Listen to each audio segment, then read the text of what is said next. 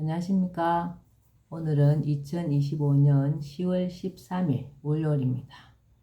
또 새로운 한 주의 시작입니다. 오늘도 난세의 영웅 흑인령을 아십니까? 제6장부터 읽어보겠습니다. 미래로 가는 길목에서 우리는 지금 선택의 기로에 서 있다. 한강의 기적에 이어 다시금 우리나라가 비약적인 발전을 이루며 세계인이 부러워하는 초인류 국가로 발돋움할 것인가? 총체적 난제들을 해결하지 못하고 존재조차 희미해진 나라로 전락하고 말 것인가? 후손들의 미래는 오늘을 살아가는 우리 손에 달려 있다. 지역개발 그만하고 가정경제 살려야. 세계 최고의 지하철. 세계에서 우리나라처럼 지하철이 잘 된 나라는 없다. 에스컬레이터와 무빙워크, 엘리베이터, 그리고 깨끗한 공중 화장실, 미니 독서 공간 등 갖추지 않은 것이 없다. 도시든 농촌이든 도로도 잘 조성되어 있고 곳곳에 꾸민 공원도 아름답다. 인공호수와 분수까지 갖춘 멋진 호수공원도 있다. 도시마다 대형 도서관이나 시청이나 구청, 이름을 딴 예술회관이나 문화관도 있다. 지자체마다 청사들은 멋진 위용을 자랑한다. 그러나 나는 마냥 기분이 좋지만은 않다. 아니, 씁쓸한 마음을 금할 수 없다. 예산 낭비와 누수가 생각나서만은 아니다. 편리하고 화려하며 위용을 자랑하는 온갖 공공시설과는 달리 우리 국민 개개인의 삶은 각박하고 고달프기 그지없기 때문이다. 젊은이부터 노년층까지 안정된 삶을 사는 국민은 그리 많지 않다. 먹고 사는 것부터 녹록지 않고 인생의 중대사를 포기하고 사는 국민이 엄청나다. 젊은이들은 바늘 구멍만한 취업문을 통과하기 위해 한평 고시방에 들어가 몇 년이고 제대로 먹지도 못하고 쪽잠을 자며 생활한다. 장년들은 아파트 한 칸 마련하는 데 진 빚 갚으랴, 아이들 학원 보내고 가외시키랴, 노후 준비하랴, 부부가 맞벌이를 하여도 생활에 여유가 없다. 노년층은 자식들을 키우느라 돈과 시간을 다 쓰고 이제 남은 것은 아픈 몸뿐이다. 자식들을 키우느라 돈과 시간을 다 쓰고 이제 남은 것은 아픈 몸뿐이다. 자식들은 자신들 살기도 힘드니 부모를 부양할 여력이 없다. 병든 노인들은 요양원밖에 갈 곳이 없다. 국가의 경제 규모가 세계 10위라느니 1인당 GNP가 3만 불이 넘었다느니 하지만 대다수 국민에게는 먼 나라 이야기처럼 들릴 뿐이다. 이제 가정 경제를 살려야. 가정은 사회라는 큰 집의 한 장 한 장 벽돌과 같다. 벽돌 한 장 한 장이 단단하고 서로 잘 결합되어 있어야 집 전체가 튼튼하다. 그런데 지금 우리 사회는 소수의 금강석처럼 단단하고 화려한 벽돌과 시멘트가 덜 들어가 부실하기 짝이 없는 다수의 벽돌이 엉성하게 쌓여 있고 겉모양만 요란하게 치장한 집과 같다. 그 모습에 아무리 돈을 들여 화려하게 치장해도 속이 문제인 집은 언제 무너질지 모르는 불안한 집이다. 그럼에도 정치인들은 선거 때만 되면 그 치장을 더해서 더 멋있게 보이도록 하여 집값이 더 나가게 해주겠다고 국민을 해놓간다. 지역개발은 이제 그만해도 충분하다. 세계 최고의 지하철, 사방팔방 연결된 도로, 호수가 있는 멋진 공원, 대형 도서관과 문화관, 호텔급 공중 화장실, 그 이상 무엇을 더 하겠다는 말인가? 국가 예산 따오기 지역 사업 발굴은 당장 중단되어야 한다. 그 대신 남아도는 예산으로 부서지기 일보 직전인 벽돌 한 장 한 장에 신경을 써야 한다. 국민의 생활고를 해결해 주어야 한다. 당장 취업이 안 되어도 젊은이들이 생활은 되도록 해주고 누구든 마음만 먹으면 쉽게 결혼하여 자녀를 낳고 건실한 가정을 꾸려갈 수 있도록 해주어야 한다. 열심히 일하는 장년들이 어느 정도는 여유 있는 삶이 가능하게 해주어야 한다. 빚 걱정 없고 사교육비 부담으로 허리가 휘청하지 않도록 국가가 나서 주어야 한다. 우리나라 경제를 발전시킨 주역인 노년 세대가 노후를 걱정 없이 편하게 보낼 수 있도록 국가가 관심을 보이고 노후 생계 문제를 해결해 주어야 한다. 지역개발 대신 개인과 가전 경제를 살려야 한다. 기본소득제와 국민배당금제. 바야흐로 인류 문명은 4차 산업시대로 접어들고 있다.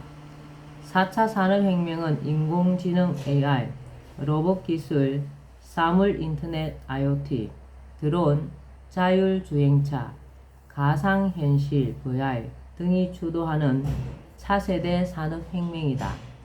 미래학자들은 이러한 인공지능과 디지털 시스템이 산업이나 일상생활에서 인간의 노동을 대신함으로써 장차 수많은 일자리가 사라질 것으로 내다보고 있다. 그래서 일자리를 잃고 실업 상태에 놓일 사람들이 엄청날 것으로 예측하고 있다. 이에 대한 대책으로 현재 기본소득제에 대한 논의가 세계적으로 일어나고 있으며 우리나라도 예외는 아니다. 특히 코로나19의 장기화로 국민의 생계가 위협받는 상황이 되면서 기본소득제 논의가 여권 일각을 중심으로 급물살을 타고 있다. 최근에는 기본소득당이라는 정당까지도 생겼다. 나는 물론 4차 산업시대가 되어도 어느 정도는 대체할 일자리가 생기므로 일자리에 대해서는 그렇게 크게 걱정할 필요는 없다고 보지만 기본소득제를 논하고 있는 것에 대해서는 한마디 하고 싶다. 우선 학자나 정치인들은 지금 기본소득제를 논하면서 기본소득제의 기원을 서구에서 찾는데 이것은 정직한 태도가 아니라고 본다. 적어도 우리나라에서만큼은 내 방안의 영향이 없을 수 없다. 내가 이미 30여 년 전에 일정 나이 이상의 국민에게 매월 생활이 가능할 정도의 돈을 지급하는 방안을 비롯하여 일단의 방안들을 제시한 이래 그것들을 지속적으로 강조해왔고 선거철이 되면 여야 정당의 선거 캠프에서 내 방안들을 연구하고 유사 방안을 만들어 왔던 것을 알만한 사람은 다 알고 있다. 사정이 이러한데도 기본소득제를 논하면서 내 방안이 구체화된 국민배당금제에 대해서는 한마디 언급 없이 기본소득제가 마치 서구의 제도인 것처럼 말하는 것은 솔직한 자세가 아니라고 생각한다. 기본소득제와 국민배당금제. 한편 기본소득제가 국가혁명당의 국민배당금제에 영향을 받았다고 하더라도 둘 사이에는 커다란 차이가 있음을 말해두고자 한다. 기본소득제는 국가가 국민에게 최소한의 인간다운 삶을 누리도록 조건 없이, 즉 재산의 많고 적음이나 근로 여부에 관계없이 모든 사회 구성원에게 인간다운 생활을 할 수 있는 수준의 소득을 무조건적으로 지급하겠다는 것이 골자이다. 4차 산업혁명으로 일자리가 없어 수입이 없어지는 것에 대해 국가가 기본소득이라는 수입을 대신 제공한다는 것이다. 국가가 국민에게 기본적인 생활이 가능하도록 돈을 지급한다는 점에서는 기본소득제와 국민배당금제는 별반 차이가 없어 보인다. 그러나 제도의 기본 정신이나 성격, 의, 재원 마련 방안, 금액 등에서 국민배당금제와 기본소득제는 엄청난 차이가 있다. 국가의 시혜인가 국민의 권리인가? 기본소득제는 국가나 지자체가 국민에게 기본소득이라는 혜택을 주고 은혜를 베푸는 것이라고 볼 수 있다. 이 혜택 내지는 은혜라는 것은 받을 권리가 있는 것이 아닌데 받는 것을 말한다. 말하자면 국민이 자신의 힘으로 살아갈 능력이 없으므로 국가가 베푸는 은혜로 기본소득이라는 배급을 받는 것이라고 보면 된다. 따라서 기본소득이라는 것을 받는 것은 일종의 배급을 받는 것이라고 볼 수 있다. 따라서 기본소득제는 정치적으로 사회주의 느낌이 강하다. 공산주의와 맥이 닿는 제도라고 할 수 있다. 국민배당금제에서는 국가를 주식회사로 국민을 주주로 보기 때문에 국가 경영으로 들어온 수익금은 당연히 주주인 국민 모두의 몫이다. 따라서 국가 경영에 필요한 경비 외에 수익금이 주주인 국민에게 배당되어야 하는 것은 당연하다. 말하자면 배당금은 혜택이 아니라 국민의 당연한 권리이다. 당당하게 배당금을 요구할 권리를 행사하여 받게 되는 것이다. 또 국민배당금제는 자본주의의 토대를 두고 있다. 주식회사와 주주, 배당제는 모두 자본주의의 개념이다. 회사가 수익을 많이 내면 주주의 배당이 커지는 것처럼 국민배당금도 국가 수익이 많아지면 월 150만원 이상도 받을 수 있다. 기본소득도 인간답게 살아갈 수 있도록 보장책을 마련해 달라는 생존권 혹은 사회권에 의한 지급이라고 볼 수 있지만 이러한 권리는 사회주의 국가의 배급받을 권리와 크게 다르지 않다. 그리고 이러한 제도는 국가가 국민을 통제하는 수단으로 악용될 수도 있다. 은혜와 권리, 여기에는 엄청난 차이가 있다. 기본소득제에서는 국가가 주체이고 국민은 국가의 보호와 통제 속에 있는 대상이다. 따라서 기본소득은 국민의 자존감을 훼손할 수 있다. 인간의 자립과 자주정신을 건드린다. 생존권의 보장 차원이라고 해도 왠지 당당한 기분이 들지는 않는다. 그러나 국민배당금제에서는 국민이 국가의 주인이라는 점이 강조된다. 국민은 주식회사 대한민국의 주주로서 국가 경영 수익금에 대해 당당하게 자신의 지분에 대한 배당금을 요구할 수 있다. 따라서 국민배당금제는 국민의 자존감을 높이는 제도이며 국민을 실제적인 주인으로 대접하기 때문에 진정한 의미의 민주주의를 실현하는 제도라고 볼 수 있다. 재원 마련 방안의 차이. 기본소득제를 시행하려는 사람들은 투기소득에 대한 중과세, 소득세, 세율 인상, 최고세율 인상, 법인세 인상, 토지세, 다국적 기업의 공조과세 등을 재원으로 하는 방안을 검토 중이라고 한다. 말하자면 증세가 주요 재원 마련 방안이다. 세금을 더 거두어서 필요한 예산을 충당한다는 것이다. 증세에 대한 국민 저항에 대해서는 기본소득의 혜택을 부자나 가난한 사람이나 상관하지 않고 똑같이 받기 때문에 그다지 크지 않을 것이라는 낙관론을 펴고 있다.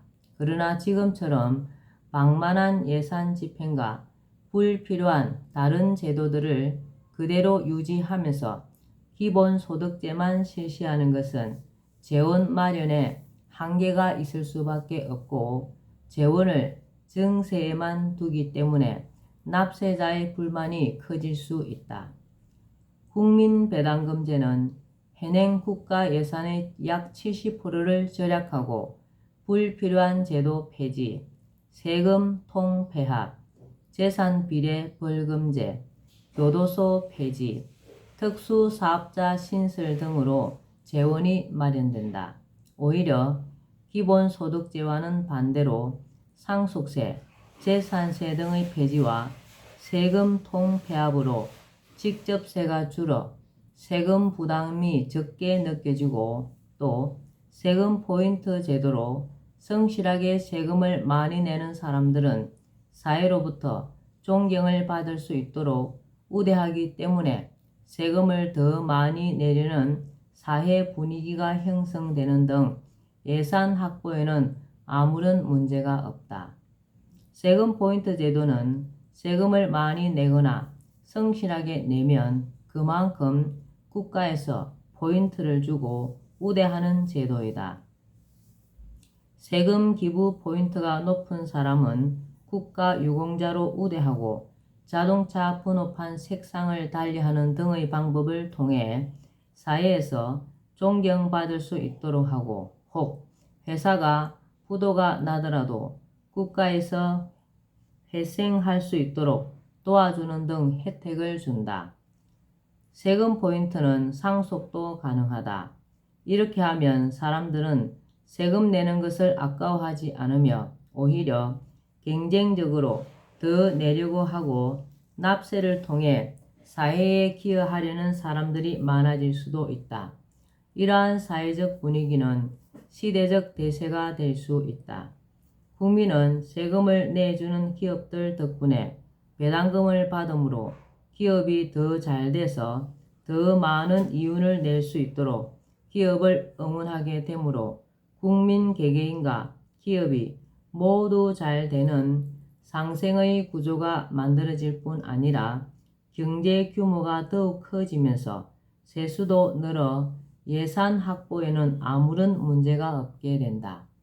한편 기본소득제는 기존의 국가 예산이나 제도 등을 그대로 둔 채 시행하기 때문에 그 금액에 한계가 있을 수밖에 없다. 세금을 추가로 많이 거두면 조세 저항이 있을 수밖에 없고 국가 부채를 내는 것도 부담스러운 일이다. 그래서 기본소득제를 주장하는 측에서 실제 시행을 고려하여 계산해 본 결과 고작 1년에 50만 원이나 100만 원 정도 줄 수 있다는 이야기가 나오게 되는 것이다. 국가가 국민에게 기본적인 생활이 가능하도록 하겠다는 애초의 취지가 무색해지는 금액이 아닐 수 없다. 반면 국민배당금제는 국가 예산을 절약하고 제도의 통폐합, 새로운 세원 창출, 국가 경제 규모가 커질 수 있는 경제적 선순환 구조 형성 등으로 재원이 충분하게 마련되므로 매월 150만 원 정도를 주는 것은 얼마든지 가능하다.